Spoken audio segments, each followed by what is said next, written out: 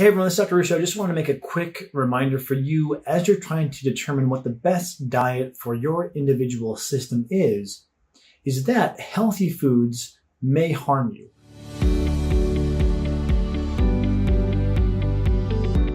Now, healthy foods is a very kind of loose rubric, but two examples that are important to keep in mind are, one, foods high in fiber, and even though oftentimes foods that are higher in fiber are stereotyped as healthy, i.e. fruits and vegetables, for those with IBS, irritable bowel syndrome, IBD, inflammatory bowel disease, there is definitely evidence showing that these foods can be problematic. Now, it's not to say you go devoid of those foods completely, but there is clearly a trend where these types of foods seem to be noxious and irritating to those with sensitive digestion.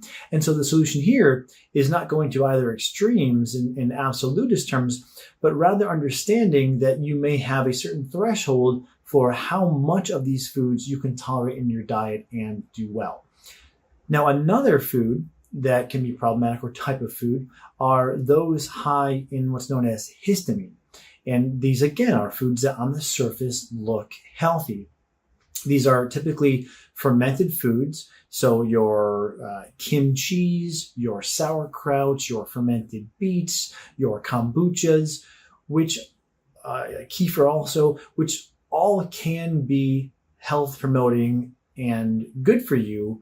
But for some people, there's a threshold. Now, this also includes what I term lazy man's paleo foods.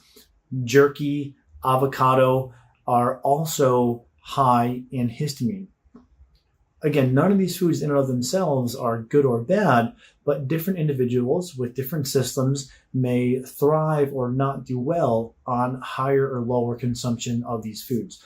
So keep this in mind as you're navigating kind of the dietary landscape out there. Unfortunately, the healthier consumer oftentimes seems to be given a narrative of Guru XYZ is all about diet A, and then you hear all of the reasons why diet A is so good for an individual, but it's rarely disclosed that this is just one of a few diets on offer that we as healthcare providers should be helping the individual assess the merits of.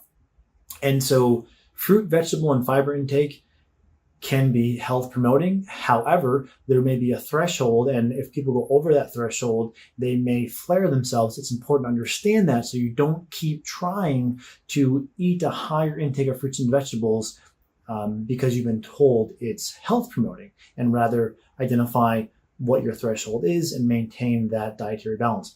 And then on the other side of the spectrum, or potentially on the other side of kind of the dietary philosophical spectrum, so if we have high fiber veganism here on the one hand, oftentimes in the lower carb paleo community, there's a real emphasis on these fermented foods that are oftentimes higher in histamine, and those can also be a problem.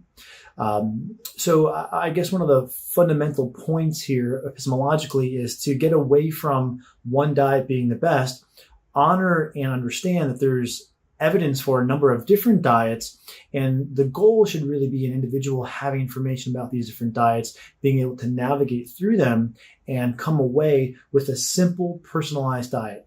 Also within this conversation, very important to mention, we want to avoid dietary neurosis, getting really wrapped up in, well, I can't have any histamine, or I have to be very careful about fiber.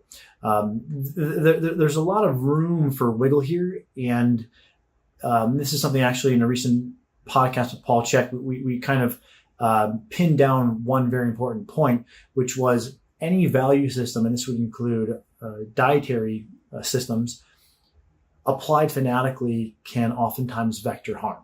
So keep that in mind when you're navigating these different diets. They're not necessarily meant to be things that are followed 100% strict ardently, but rather a tool to enable you to run an experiment, learn what works for you, carry that forward, and then disregard the rest. So just a few tips here about common healthy foods that can give people problems, and an acknowledgement that it's okay to not follow the dictates of one healthy diet, but rather listen to your system as you trial that diet to come away with the personalized way of eating that works well for you. This is something in the first section of the action plan in Healthy Gut Healthy You. I lay out guidelines for how to determine what the best diet for you and your system may be. So just a few tips there about healthy foods, I guess when healthy foods attack, we can say, and how you can better navigate that so as to come away with all the benefit and sans any of the dogma that is oftentimes attached to the narratives regarding diet. Okay, hope this helps.